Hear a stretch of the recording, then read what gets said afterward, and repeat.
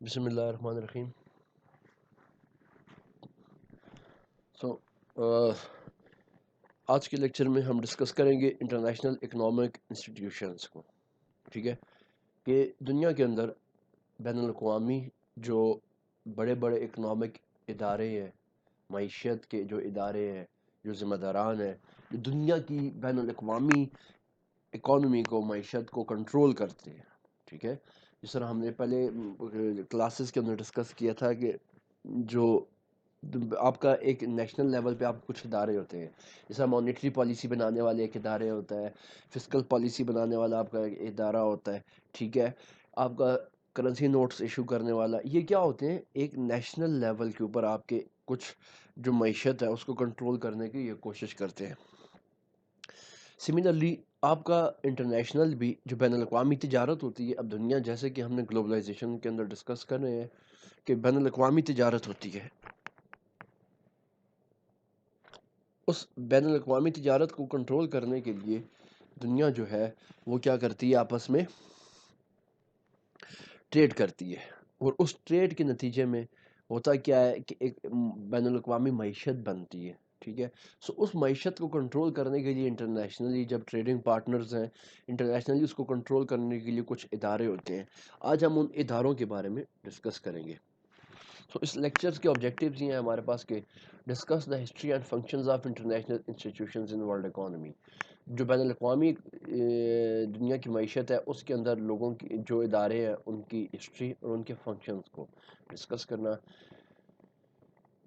اچھا، اس کے بعد ریجنل ٹریڈ جو ہوتی ہے، جو علاقائی تجارت ہوتی ہے، ہماری پاکستان چائنا کے ساتھ کر رہا ہے، پاکستان انڈیا کے ساتھ کر رہا ہے، اس کا دنیا کی گلوبل اکانومی کے اوپر کیا فرق پڑتا ہے. اور اس کے بعد آرگومنٹس جو کہ انٹرنیشنل اکنامک انسٹیٹیوشنز کو کیا کرتے ہیں؟ اپوز کرتے ہیں. سب سے پہلے انٹروڈکشن. انسٹیٹیوشنز، ادارے. Rules and organizations that govern and constrain behaviour, کہ ایسے قانون اور ایسے ادارے جو کہ کسی خاص بیہیویئر کو کنٹرول کریں، گورن کریں، وہ ہمارے پاس ایک ادارہ ہے. ٹھیک ہے، فارمل انسٹیٹیوشنز جو کہ ایک باقاعدہ طور پہ ایک ادارہ ہوتا ہے. ریٹن سیٹ آف رولز، اس کے اندر ہوتا کیا ہے کہ ایک ریٹن سیٹ آف رولز ہوتے ہیں ہمارے پاس that explicitly state what is and what is not allowed. Formal institution کیا ہے؟ لیٹ سے آپ کی یونیورسٹی ایک آپ کے پاس فارمل انسٹیٹیوشن ہے. اب وہ آپ کو بتا دے کہ یہ آپ کی یونیورسٹی کہ کیا کچھ اس کے اندر ہونا چاہیے اور کیا کچھ اس کے اندر نہیں ہونا چاہیے.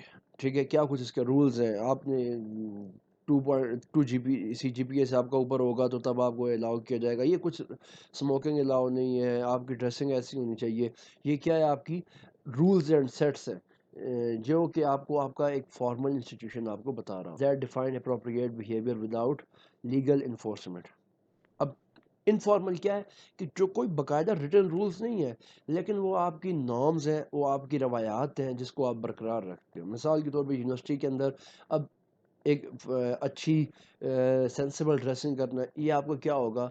ایک آپ کے اپنی رول انفارمل بیہیویئر ہے، انسٹیٹیوشن ہے. ٹھیک ہے، پھر آپ نے یہاں پہ اونچی آواز میں گالم گلوچ یہ چیزیں نہیں کرنی. یہ آپ کی کیا ہوتی ہیں؟ انفارمل انسٹیٹیوشنز ہیں. یہ آپ کی روایات آپ کو سکھاتی ہیں کہ اس کے اوپر کوئی باؤنڈنگ نہیں ہے آپ کی. ٹھیک ہے، کوئی آپ کو لیگلی باؤنڈ نہیں کر سکتا، لیکن کیا ہوتا ہے کہ آپ کی جو روایات ہیں وہ آپ کو یہ کام کرنے پہ مجبور کرتی ہے. ٹھیک ہے، سو یہ دو ہمارے پاس فارمز ہوتی ہیں کسی بھی ادارے کی، یا تو ایک تو وہاں پہ فارمل ہوتی ہیں اور ایک انفارمل. فارمل کیا ہے کہ وہاں پہ ریٹن رولز ہیں، اور انفارمل جو وہاں کی کسٹم ٹریڈیشنز ہیں وہ ان کو ڈیفائن کرتی ہیں.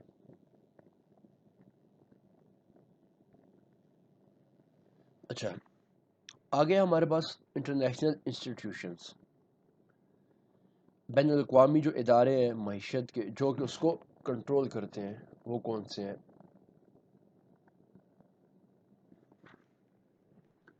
دنیا کے اندر جو 3 بڑے ادارے ہیں بین الاقوامی تجارت کو کنٹرول کرنے والے یا بین الاقوامی معیشت کو کنٹرول کرنے والے، وہ کون سے ہیں؟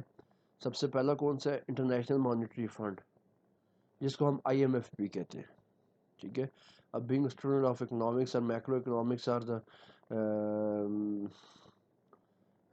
پبلک گورننس جو کہ آپ کا پروگرام ہے، اس میں آپ کو پتہ ہونا چاہیے کہ انٹرنیشنلی ایک ملک اپنی اکانومی کو کیسے لے کے چلتا ہے انٹرنیشنل مارکیٹ کے اندر. سو انٹرنیشنل جو انسٹیٹیوشنز ہیں اس کے اندر پہلا جو ایک ادارہ ہے وہ کون سا ہے؟ آئی ایم ایف، جس کو ہم کہتے ہیں which stands for international monetary fund. Second one is the world bank and third is the world trade organization. اب ان تینوں کے مزید قریب ہم دیکھتے ہیں کہ یہ ہوتے کیا ہیں.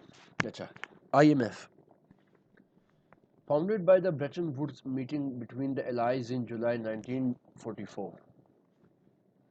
اچھا، اب اس کے اندر میں آئی ایم ایف کی فارمیشن کیا ہے؟ بیسیکلی یہ جو تین ادارے ہم نے ڈسکس کیے، I M F, world bank, W T O, یہ وہ کیا تھا کہ جو ورلڈ وار 2 تھی، ٹھیک ہے، جس کے اندر آدھی موسٹلی دنیا انوالو تھی، ملینز آف پیپل ڈائیڈ، ایک بہت بڑا سفر ہوا اس زمین کو. اب اس میں ہوا کیا ہے کہ جب وہ ادارے جو کہ آئی ایم ایف جو کہ وہ ملک اس میں انوالو تھے، انہوں نے کہا کہ سورسز کے اوپر ہماری جنگ ہوئی ہے، تو لہٰذا بجائے اس کے کہ کوئی ریسورسز جو ہمیں چاہیے یا جن کے اوپر ہم چاہیے کہ ایک ایسا ادارہ بنائے جو ان ایشوز کو بیٹھ کے ٹیبل پہ سالو کرے، بجائے اس کے کہ ہماری جو کنٹریز ہیں، بڑی بڑی کنٹریز ہیں، آپس میں لڑنے کے، جنگ کرنے کے، جس میں اتنا ہم نقصان کرتے ہیں، ایٹ دا اینڈ ہمیں ٹیبل پہ بیٹھنا پڑتا ہے. تو ہم ایک ایسے ادارے بنائیں کہ وہاں پہ کچھ رولز ہوں جو کہ پوری دنیا فالو کرے، اور جو ہمارے ریسورسز پہ آپس میں ایشوز ہیں ان کو ریزالو کیا جا سکے. سو پھر اس سوچ کو مد نظر رکھتے ہوئے یہ تین ادارے وہاں پہ بنائے گیا، I M F, world bank and W T O. اچھا، اب آئی ایم ایف کیا ہے؟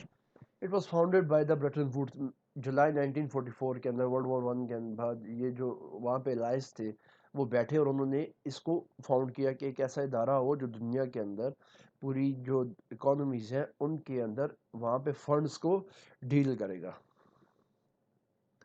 اس میں ہے کیا؟ Each of 184 members charged a quota. یہاں پہ 184 ممبرز ہیں اور جن کو ہر ایک کو کوٹا دیا گیا ہے، ایک خاص حصہ دیا گیا ہے اس کے اندر. 25% in special drawing rights, S D R جن کو بولتے ہیں، اور convertible currencies. U S quota is S D R 37,149.3 million, largest. اچھا، اب اس میں کیا ہے کہ 184 ممبرز کا وہاں پہ ایک کوٹا ہے، اور وہاں پہ جو کوٹا ہے یا جو اس آئی ایم ایف ایک فنڈنگ انسٹیٹیوشنز ہے، ایک سمجھ لیں کہ بینک ہے، کہ جہاں پہ پیسہ پڑا ہوا ہے اور اس پیسے کے اندر لوگوں کے شیئرز ہیں. بینک کے اندر لوگوں کا پیسہ پڑا ہوتا ہے جیسے، اسی طرح اس کے اندر اس ادارے میں ممالک کا پیسہ، ڈفرینٹ ممالک کا پیسہ پڑا ہوا ہے. ٹھیک ہے، اور یہ جو پیسہ ہے یہ کس میں ہے؟ ایس ڈی آر میں ہے. ٹھیک ہے، اب اس کے اندر جو سب سے زیادہ پیسہ آئی ایم ایف کے اندر پڑا ہوا ہے وہ کس کا ہے؟ وہ یو ایس کا ہے، جو کہ 37,149.3 ملین ایس ڈی آر ہے. اور پالو کوٹا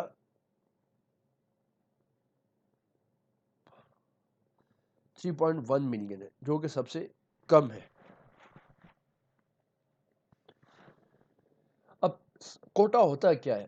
کوٹا یہ ہے کہ جس کے جتنے شیئرز ہوتے ہیں کمپنی کے اندر، آپ دیکھتے ہو کہ جس کے جتنے شیئرز ہوتے ہیں اتنا اس کے پاس اختیار ہوتا ہے. سملرلی آئی ایم ایف کے اندر بھی یہی ہے کہ جس کے اندر پاس جس کے جتنے شیئر ہیں اس کے پاس اتنے ہی اختیارات ہیں.